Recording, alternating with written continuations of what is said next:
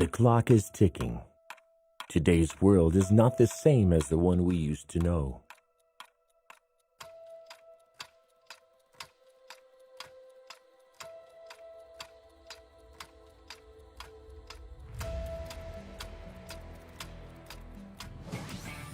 In the face of new challenges, we must continue looking forward to find the best solutions so no one is left behind.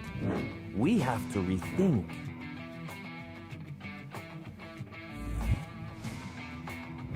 Rebuild. Redesign.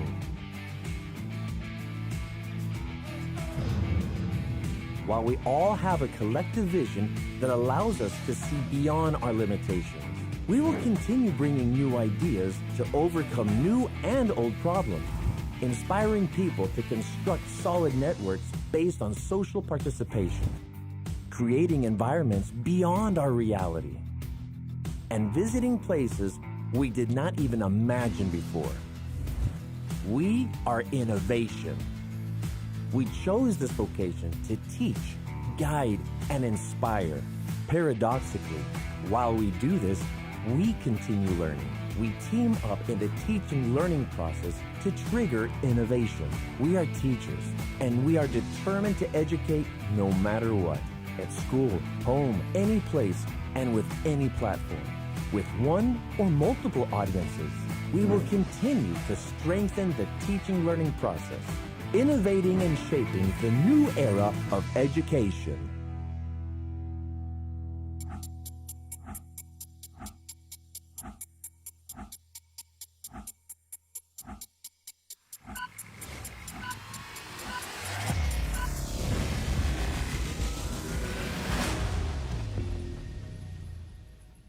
Muy buenos días a todas y todos. Queremos darles la más cálida bienvenida a este cuarto y último día del Congreso Internacional de Innovación Educativa. Nuevamente nos gustaría recordarles que en la app del CIE pueden escoger entre el audio original o la traducción simultánea. Ahora daremos inicio con nuestra conferencia magistral, El regreso como reto multidimensional, a cargo de David Calderón, presidente ejecutivo de Mexicanos Primero. Pero veamos primero su semblanza.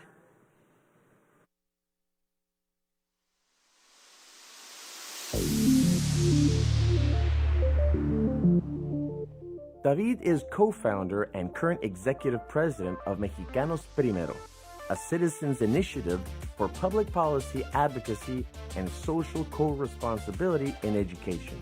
He was a community instructor in indigenous areas of Oaxaca and Hidalgo. Later, he worked as an educational assistant in camps for people displaced by violence in Central America and prisons and immigrant centers in Italy. He was a secondary and high school teacher in Mexico City in charge of psychopedagogical orientation for girls and boys with learning barriers, and a scriptwriter for Radio Educación. He studied philosophy at UNAM and social sciences at the University of Florence. He was a CONACYT Excellence Postgraduate Fellow and received UNAM's Alfonso Caso Medal for University Merit. His teaching and research work has focused on the fields of applied ethics, public education policies, children's rights, cultural change, and citizen participation.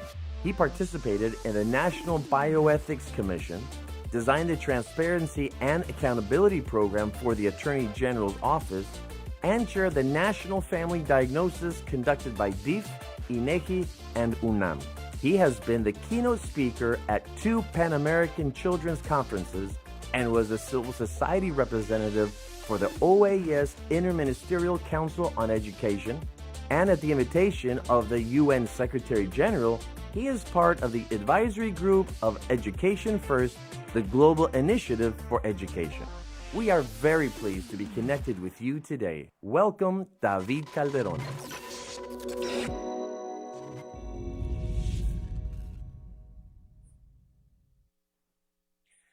Muchas gracias. Buenos días a todas, a todos.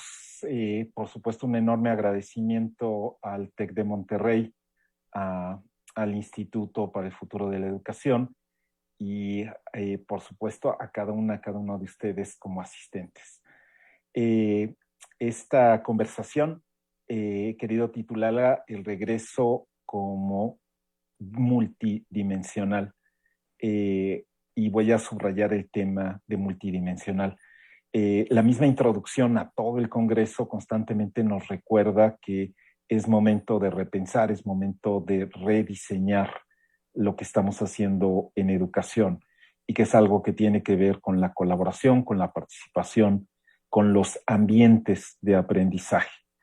El futuro ya no es lo que era, aunque suene irónico. Decía Carlos Monsiváis, un intelectual mexicano, que no sabía cuál afirmación era la correcta, si debía decir ya no entiendo lo que pasa o ya no pasa lo que yo entendía. Nos está pasando más bien lo segundo, ya no pasa lo que entendíamos, están pasando otras cosas y sobre eso vale la pena conversar. Estamos en un momento en el cual, por así decirlo, se acaba el parquímetro. Las chicas, los chicos en todo el mundo están regresando a la escuela. Están regresando los maestros, están regresando los estudiantes de universidad, están reabriendo sus puertas los servicios de primera infancia y nos encontramos con que no están pudiendo abrir ni todos, ni están logrando abrir para todos. Perdieron a muchos de los que ya acudían o sencillamente quedó impedida para una nueva generación este ingreso, o sencillamente desaparecieron esas escuelas, esas universidades, esos servicios. Hoy que tenemos una demanda mucho más exigente de servicios educativos, tenemos menos servicios educativos de aquellos que solíamos tener. Por supuesto, estamos saliendo de un hoyo profundo, estamos saliendo de un túnel muy oscuro y el mundo sin duda cambió. Aquí sí hay un parteaguas, aquí sí la fecha no es arbitraria. Efectivamente, a partir de marzo cambió el mundo de la educación profundamente. Esta imagen que les comparto y su oscuridad no es de puro efecto, es la real. Es el cuartito de un chico en una casa en la Sierra Norte de Chiapas, en los altos de Chiapas, que está sacándole una fotografía a su tarea para podérsela enviar a su profesor, que está a más de 100 kilómetros, usando, digamos, lo último que quedaba en la carga de voz y datos pagado que tenía en su dispositivo, el único de toda la familia, un chico en bachillerato de etnia indígena celtal. Esta es la realidad de buena parte del mundo. De ahí venimos y probablemente no estamos tan lejos de cuando se tomó esta fotografía hace casi un año. El presente nos convoca porque tras un largo encierro los sistemas escolares están reactivándose. Hay que recordar que el regreso es un proceso, no es un evento. Por más que los gobiernos en su comunicación pública, diríamos en su publicidad, quisieran presentarlo como algo que ya ocurrió, es claramente un proceso y es importante que así lo entendamos. Así como la salida, el cierre no fue un evento de un día, el regreso no puede serlo tampoco. Es un proceso y eso le da una enorme complejidad y a la vez da una enorme oportunidad. No es un solo tiro penal en el que nos estamos jugando todo el futuro y entonces una mínima variación nos hunde. Ya estamos en un problema enorme, pero justamente hay la oportunidad, porque es un proceso de corregir, de afinar, de sumar. En este momento hay que reconocer que las oportunidades de aprender y desarrollarse tuvieron un duro revés. Estamos en un retroceso, no estamos donde estábamos. no avanzamos, y en eso hay que ser increíblemente honestos. Hay que reconocer la evidencia en todo el mundo, pero especialmente en países como el nuestro, no nos quedamos donde estábamos en marzo de 2020. Estamos más atrás. Tenemos un retroceso. Es simultáneamente generalizado, pasó en todo el mundo. Justo es conmovedor ver la honestidad con la cual, por ejemplo, el ministro de Educación de Estonia, un sistema escolar que tiene los mejores resultados de la anterior edición de PISA, como tal, como país, no como región, ¿no? Ciertamente hay puntajes superiores en los estudiantes de China, pero no es una muestra auténticamente nacional. Estonia, que tiene los mejores resultados educativos del mundo, tuvo a su ministro de Educación diciendo en cadena nacional: hemos fracasado. Esa honestidad nos falta muchísimo en contextos como el nuestro, de toda América Latina, en muchas partes de Estados Unidos, en muchas partes de Europa, pero en concreto significa que a todos los estudiantes, a todos los aprendices del mundo les afectó, pero por supuesto la afectación no es igual, tiene una mayor severidad, es una afectación focalizada, esta del retroceso.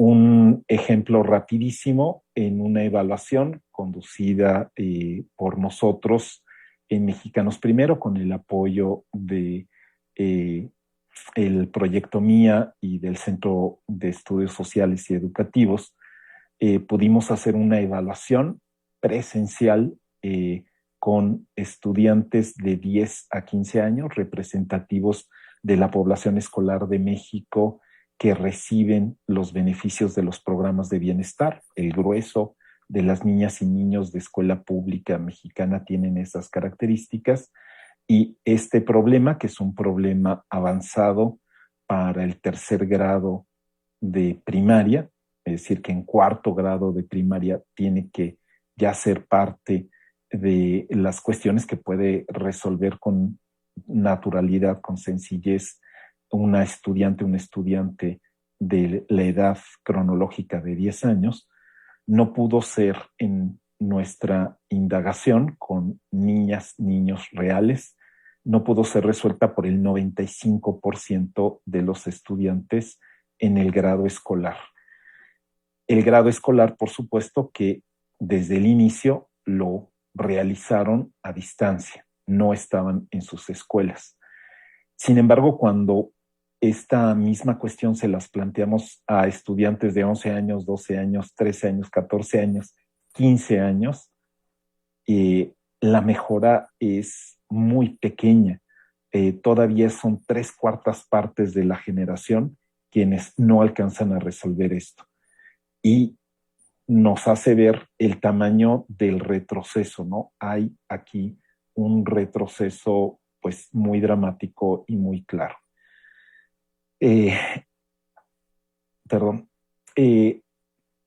Entonces el reto que tenemos en el presente es que el regreso debe estar, a mi juicio, y esa es la propuesta, orientado por la innovación para la equidad, porque de otro modo las brechas pueden profundizarse, dispersarse y cristalizarse. Se van a hacer más graves que las brechas que teníamos, y brechas en el aprendizaje reflejan, pero también anticipan brechas sociales, brechas en el goce de derechos. Entonces, no solo se van a hacer más grandes las brechas, se van a dispersar. Ya no vamos a poder considerar un mismo grupo de estudiantes indígenas en la misma clase, el mismo grupo, el mismo grado escolar, los de cuarto A de la escuelita que está en Campeche, esos niños, esas niñas, no porque vienen de familias con ingresos parecidos y con escolaridad parecida a sus padres, sus resultados son previsiblemente bajos, pero homogéneos entre ellos. No tenemos, y es lo que estamos confirmando, dispersión entre ellos. Es decir, están todos rezagados en el aprendizaje, pero incluso ese rezago no admite una respuesta homogénea porque es mucho más severo para determinadas chicas, chicos que vivieron distintas cosas. Tienen, por ejemplo, procesos de duelo que pueden ser muy diferenciados. Alguien pudo quedar directamente huérfano, mientras que otros pudieron resguardarse en términos de bioseguridad.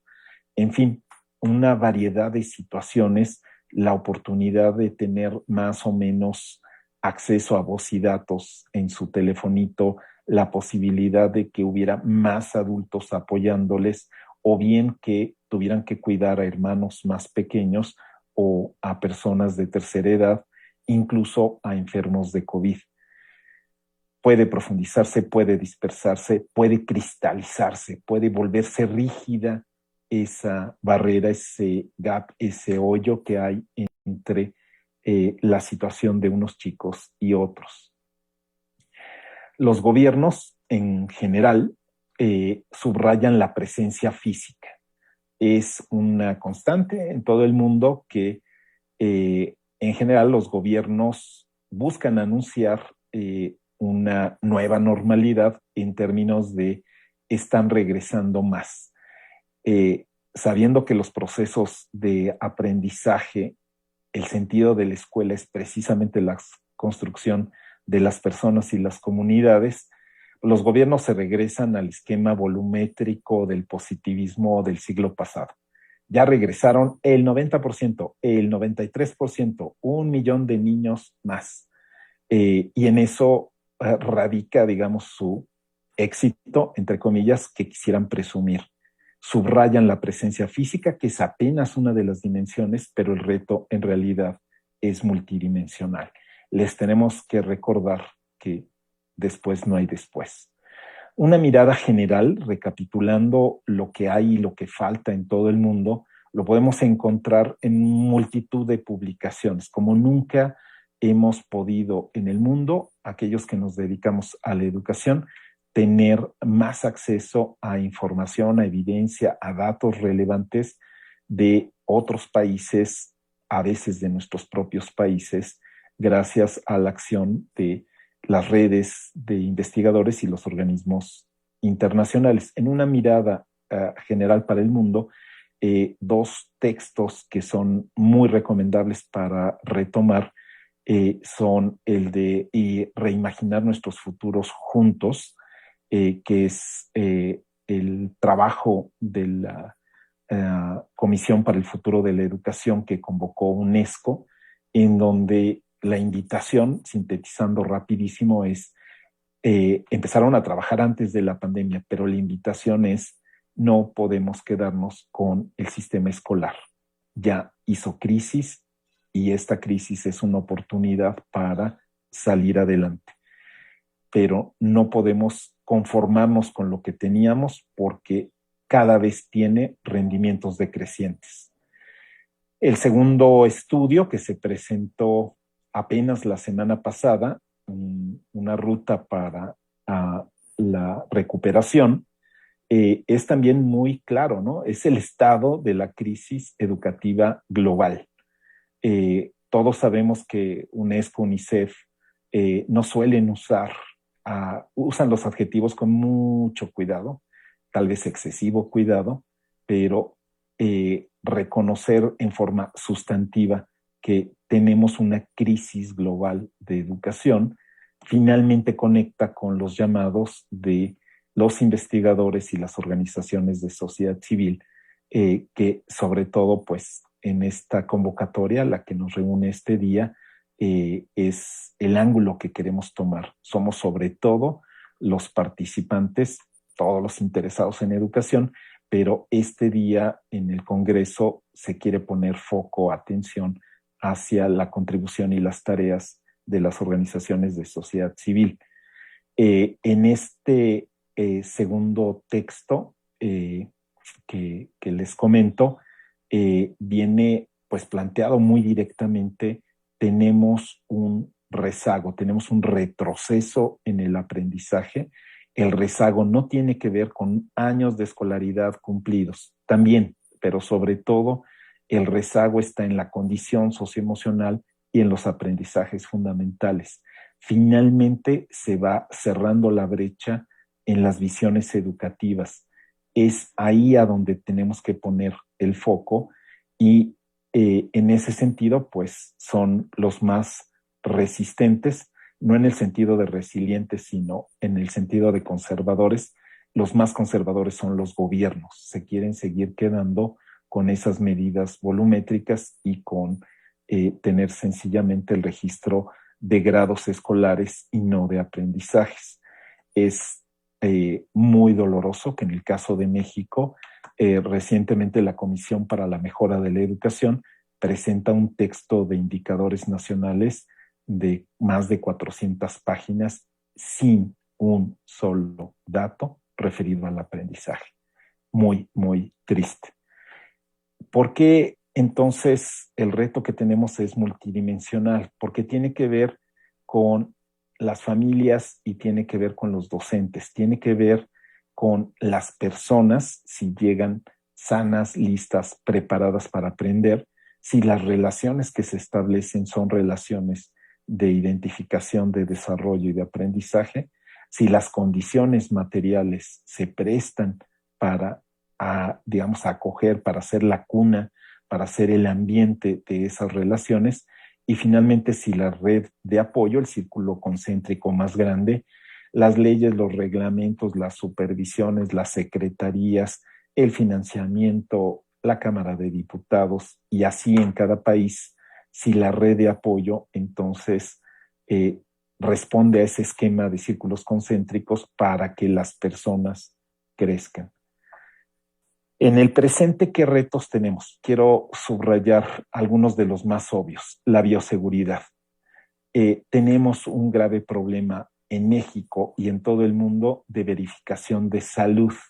Como nunca vimos los frutos de la ciencia y del conocimiento libre. La humanidad sorprendentemente en tiempo récord logró tener vacunas y ponerle, digamos, un firewall, un muro de fuego a la expansión del contagio que llegó a pandemia. Pero la verificación de salud en cada centro escolar, en cada familia, sigue siendo un reto en todos los países del mundo, en los nuestros, en México y países semejantes, en México y los países de su región, con mucha dificultad. Una falta de visión y de soluciones con respecto de la distancia, la ventilación y el cubrebocas, desde su costo hasta su articulación. La distancia no tiene ningún sentido en términos de los contextos escolares si no está ligada a la ventilación. La mera distancia de 1,5 metros, de 150 centímetros, es relativa, referente a la ventilación y al cubrebocas y las características y cualidad del cubrebocas. El hecho de que se convierta un auténtico cubrebocas en un costo prohibitivo para asistir a la escuela es una nueva barrera que los gobiernos deben superar porque es el mandato que les hemos dado. En México es increíble, hemos tenido que llegar a tribunales para exigir que los cubrebocas, al menos para los estudiantes y sus docentes, sean parte de la dotación regular y gratuita de la escuela pública. El agua y la sanitización también, la distribución para el escalonamiento. Hacer pautas de asistencia a la escuela no sirve de nada si no son verdaderas prácticas asumidas. Solo separar mitad y mitad y lunes y viernes y martes y jueves es una respuesta mecánica, es una respuesta ridícula ante el reto enorme que tenemos de descubrir qué es lo que conviene a cada escuela. Sencillamente distribuirlo por apellidos de los estudiantes, edades, por escuelas y facultades en las universidades, habla de una falta de imaginación, pero sobre todo de una falta de respeto y de cuidado con respecto de las personas terrible.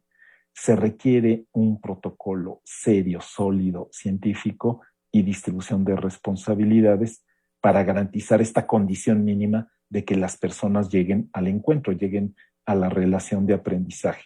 La atención socioemocional es también un aspecto que no puede ser considerado secundario, es primario y además antecedente de los aprendizajes cognitivos. La principal barrera para el aprendizaje y la participación es la distorsión socioemocional de una persona.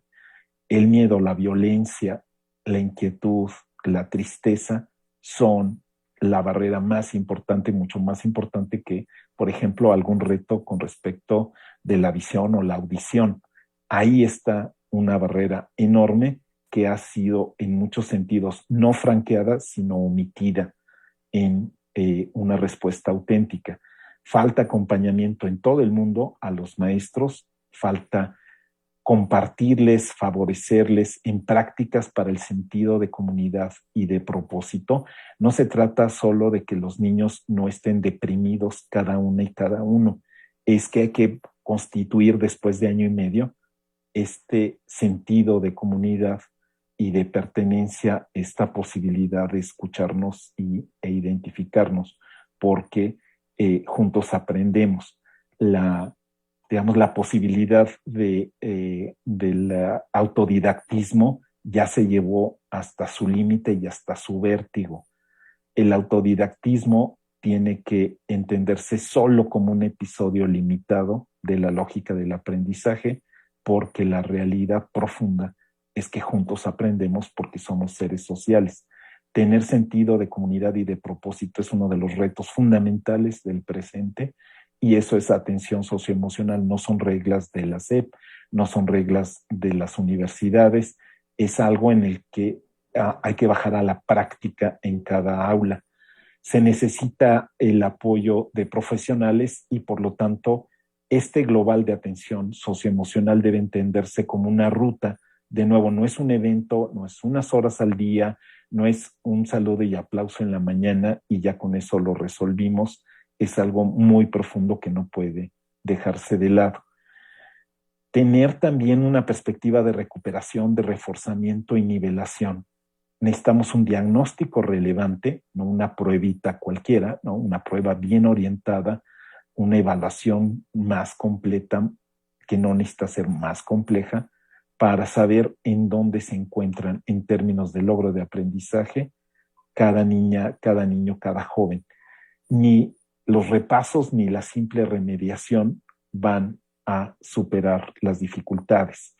Necesitamos recobrar el enfoque o adoptarlo si no lo tenían nuestros sistemas escolares, nuestra universidad, nuestra escuela, nuestra tarea, a la lógica del aprendizaje al nivel correcto. Sumar material de estudio sin haber resuelto competencias fundamentales es pérdida de tiempo y además es dañar a las personas, porque les estamos pidiendo que carguen lo que todavía no saben siquiera cómo tomar. Les estamos pidiendo que entren en la simulación de si leímos esas páginas, hicimos una síntesis y seguimos sin entender nada ni saber cómo se aplica, porque tenemos huecos, omisiones, tenemos fundamentos perdidos en años anteriores del ciclo escolar. Es lo que típicamente en inglés se ha conocido como teaching at the right level, pero incluso el nombre todavía tiene el sesgo adultocéntrico de la emisión, ¿no? Es enseñar al nivel correcto, no es aprender al nivel correcto. Entonces, la enseñanza se tiene que poner al servicio del aprendizaje, ese es su único sentido, y por lo tanto la centralidad de los aprendices y el aprendizaje debe recobrarse. No vale la pena preocuparnos por cubrir planes y programas cuando no estamos alcanzando estos aprendizajes fundamentales.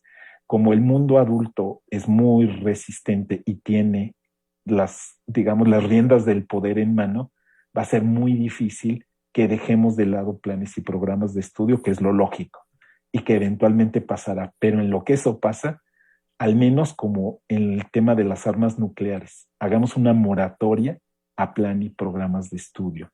No haremos en el mar, no estemos planteando que se conozcan y manejen contenidos cuando las comprensiones previas y fundamentales no están aseguradas.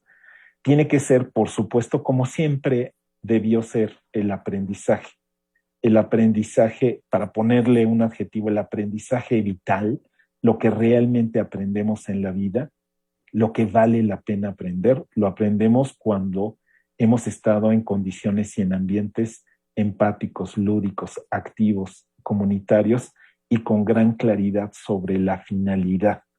¿Para qué es? ¿Qué tiene que ver con la vida? ¿Por qué esto es para mí? Si alguien, un aprendiz, por más pequeño que sea, en términos de edad o de apenas introducirse a ese campo, si no se lo puede responder, si no le ayudamos a responderlo, eso no es verdadero aprendizaje, eso es simulación, es estudio, es enseñanza, es escolaridad, como le queramos llamar, pero eso no es aprendizaje. Por una vez en la historia, ya que nos pasó este tsunami, reconocer qué es el aprendizaje y ponernos a trabajar en ello es el reto fundamental de todos los sistemas escolares, de universitarios a primera infancia. De otra manera, no es la pandemia lo que nos hace fracasar, es nuestra limitación, nuestra falta de innovación, la que va a hacer fracasar nuestra experiencia. Los retos de corto plazo, la búsqueda y reconexión de ausentes se nos fueron. También una deshonestidad generalizada en los gobiernos del mundo con respecto de la ausencia y el abandono. Cualquiera que haya estado en campo, cualquiera que haya hablado con docentes verdaderos, con familias verdaderas, sabe que probablemente estamos perdiendo al menos un quinto de cada generación. Una quinta parte, ¿no? 20 de cada 100 se nos fueron ahora. Ya se nos iban muchísimos, pero se nos fueron en este momento. A lo mejor esa ausencia no es definitiva, pero si no hacemos verdaderamente un esfuerzo de búsqueda y reconexión, si no nos ponemos desdeñosos, ya abrimos ahora que ellos vengan. Y decir, si no vienen, pues porque no quisieron, ¿no? Ellos se los pierden, por eso siguen siendo pobres e ignorantes. Si no hacemos un claro esfuerzo de búsqueda y reconexión de ausentes, estamos traicionando toda la tarea educativa.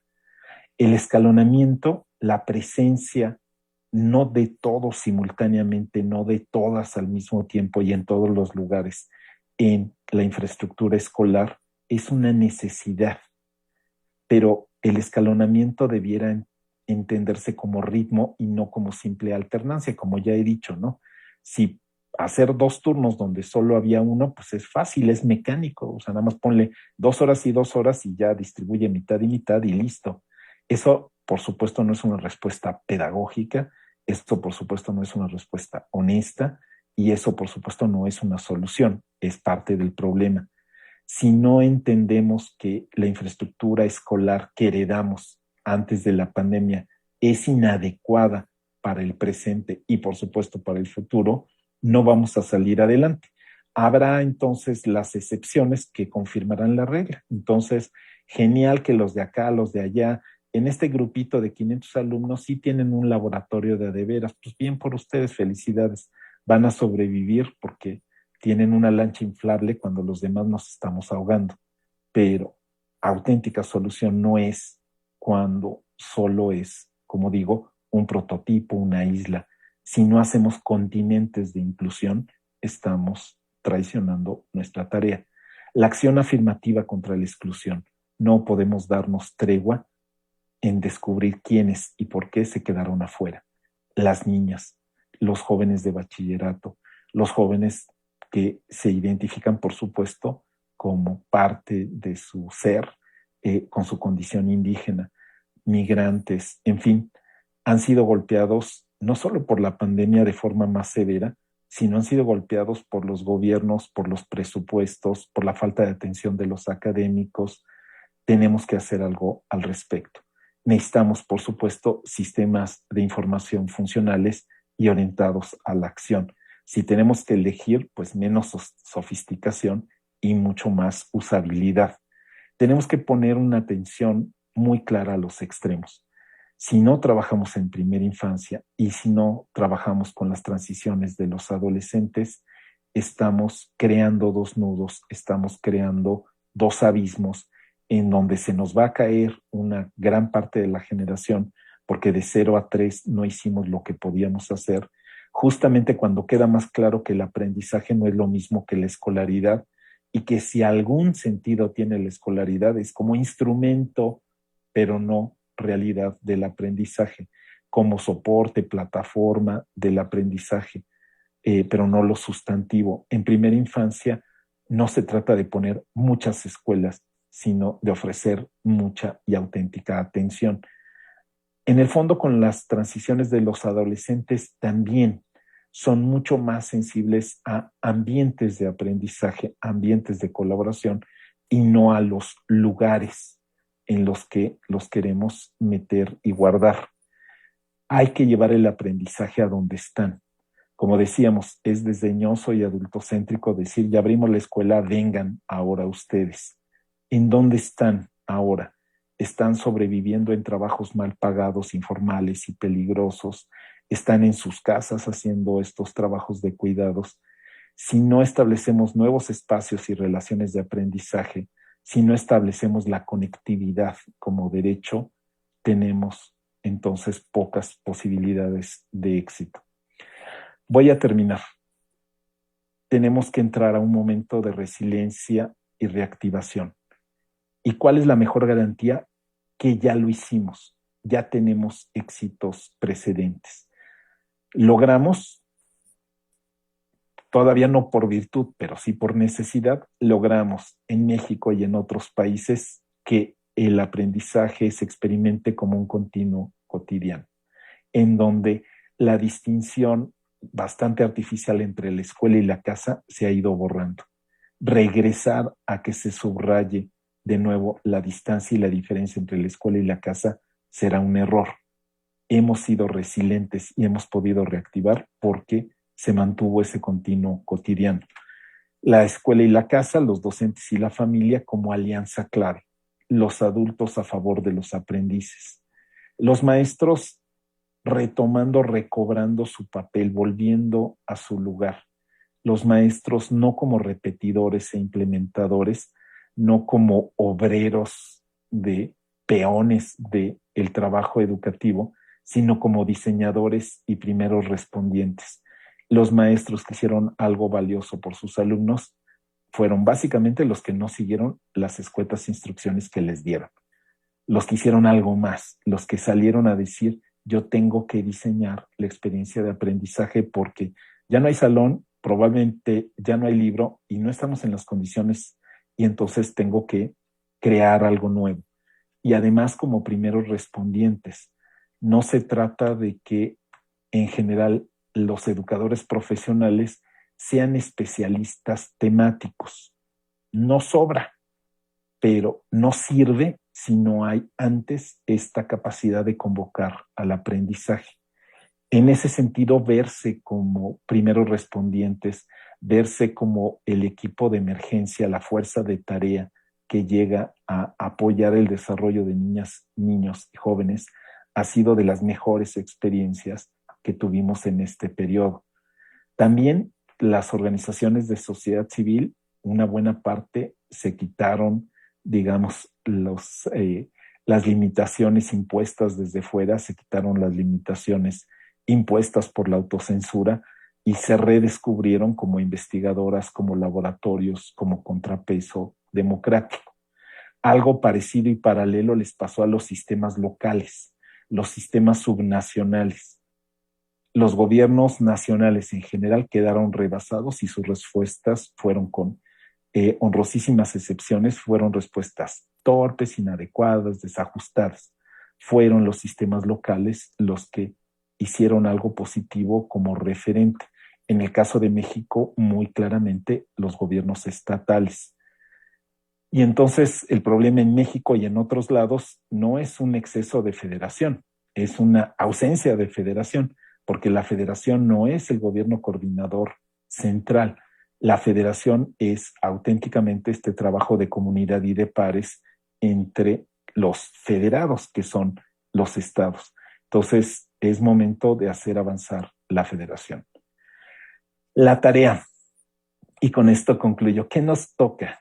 ¿Qué les invito a considerar que puedan hacer? Tú que me estás escuchando, tú que estás ahí. qué podemos hacer juntos, pero qué puedes hacer tú. Hay que entender la innovación como responsabilidad.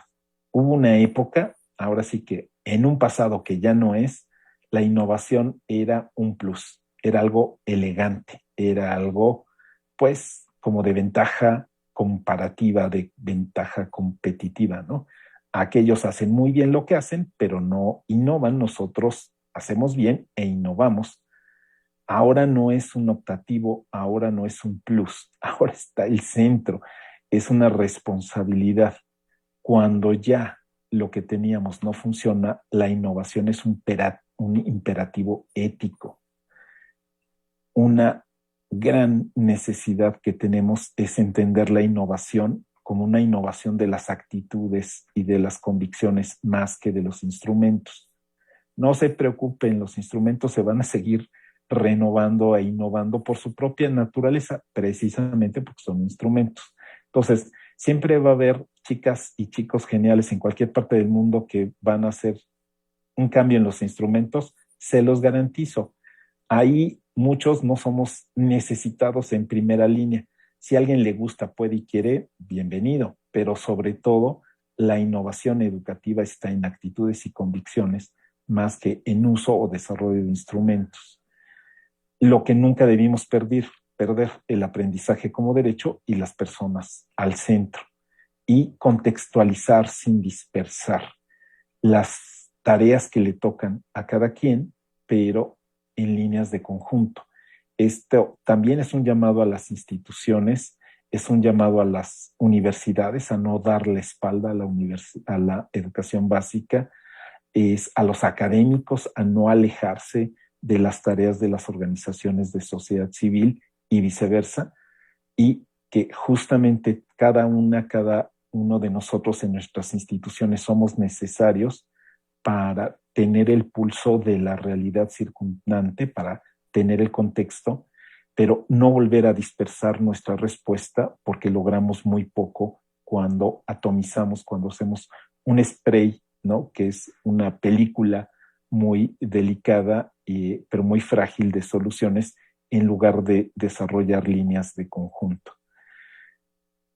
Por supuesto, la mejor opción que tienen tus hijos para cumplir sus sueños es la educación, incluso la escolaridad en términos del presente que nos toca. Tenemos que comunicar eso, tenemos que hacer que todas las familias y que todas las comunidades escolares tengan presente que nos estamos jugando los derechos de las niñas y los niños. Y por supuesto, tenemos que dar paso para que tomen la voz. Aquí quise poner un sello con el que a algunos nos etiquetaron, nos sellaron cuando éramos pequeños en la escuela pública, porque era mal visto platicar demasiado en clase. Ojalá que sea marca de orgullo, por supuesto con un sello, un badge mucho más moderno que ese. Hay que platicar mucho en clase, hay que platicar mucho en la escuela, hay que platicar mucho de educación.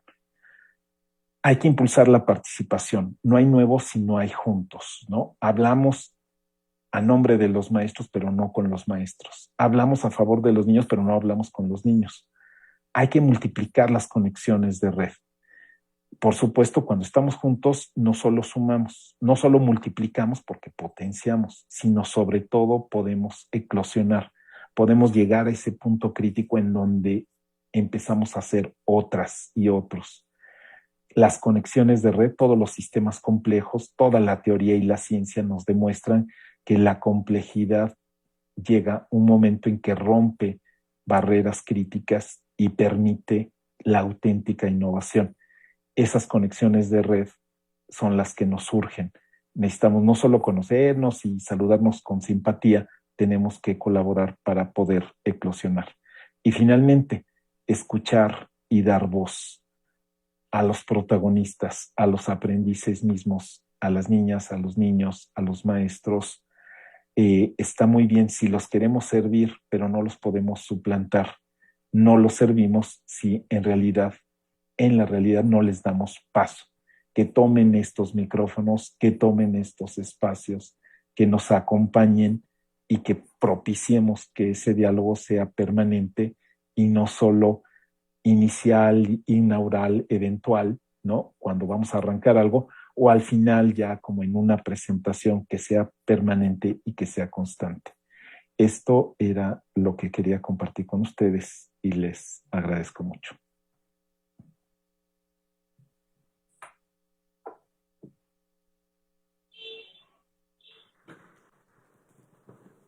Muchísimas gracias. No sé si ya tenemos aquí el contacto directo, pero tenemos algunas preguntas por parte de la audiencia que nos gustaría hacerle llegar. En este caso, como primera pregunta de Marta Mau, dice: ¿cómo podemos apoyar a partir de las actividades del servicio social a este tipo de problemas? Muchas gracias. Excelente pregunta y muy puntual. El servicio social debe ser concebido, a mi juicio, justamente como una oportunidad de un aprendizaje que no se logra en el aula. El servicio social tiene que ser no una aplicación del aprendizaje del aula, tiene que ser un espacio en sí mismo de aprendizaje. ¿Qué se puede hacer para trabajar con esto desde el servicio social? No aceptar que hay que ser expertos temáticos para poder aportar algo a la realidad. Muchos expertos temáticos están sentados en su doctrina sin hacer nada sustantivo a favor de otros. El servicio social es una gran oportunidad de orientarse a la acción, de entender que el privilegio de la escolaridad debe traducirse en servicio. Entonces, invitar a que los departamentos de servicio social nos ayuden a conectar la necesidad con los talentos que ya están en los universitarios y entonces invitar a ese periodo que puede ser uno de los mejores en la formación profesional para meterse en soluciones reales y no en una réplica de lo que ha sido el trabajo tradicional en la ingeniería o licenciatura en la que uno está estudiando. Eso creo que debemos todos contribuir. Muchas gracias. Y en cuestión de sistemas educativos, ¿considera que este retroceso es el mismo en el sector de educación pública que en el sector de educación privada o puede usted percibir alguna diferencia? Es generalizado, es decir, los mejores sistemas de educación privada no estaban preparados. Si alguien afirma en una escuela privada en el planeta Tierra que no hubo rezago de aprendizaje, está mintiendo. Sencillamente no es así. Todos sufrimos el embate de esto. Y no hay ningún sistema digital que pueda suplantar la presencia. Fin. Eso es muy claro, está claramente demostrado desde las neurociencias hasta los esquemas más obvios, sencillos de medición de aprendizajes. Entonces, todos para atrás, pero, por supuesto, con muchos elementos de mitigación en el espacio de la escuela privada.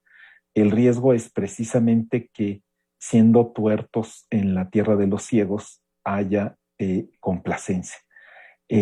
Todos, nuestras niñas, nuestros niños, todos quedaron afectados. Entonces, no tomemos a la ligera la posibilidad de replantear lo que se está haciendo, de cuestionar lo que se hizo, no para lanzar culpas, sino para justamente partir de base firme a lo que sigue. Entonces, en el caso de México, las divergencias sí son muy fuertes. La gran mayoría de los estudiantes de educación privada tuvieron dos ventajas que van a contar muchísimo a lo largo de años.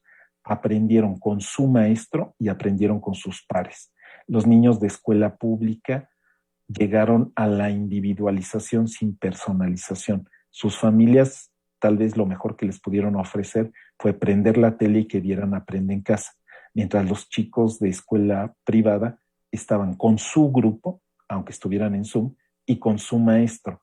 El profe, por más que se esforzara en la programación televisiva, no estaba hablando con mi niño, con mi niña, estaba hablando.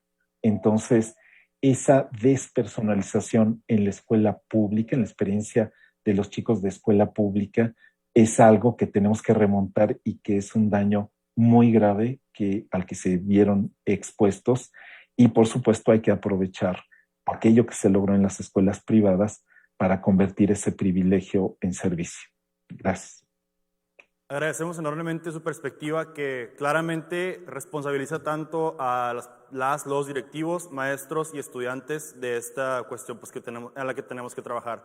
Agradecemos enormemente a David Calderón por su excelente participación y los esperamos en punto de las 11 del tiempo del Centro de México para el panel magistral, visiones y perspectivas sobre la educación en desarrollo sostenible. Muchas gracias. Muchas gracias por la invitación. Saludos.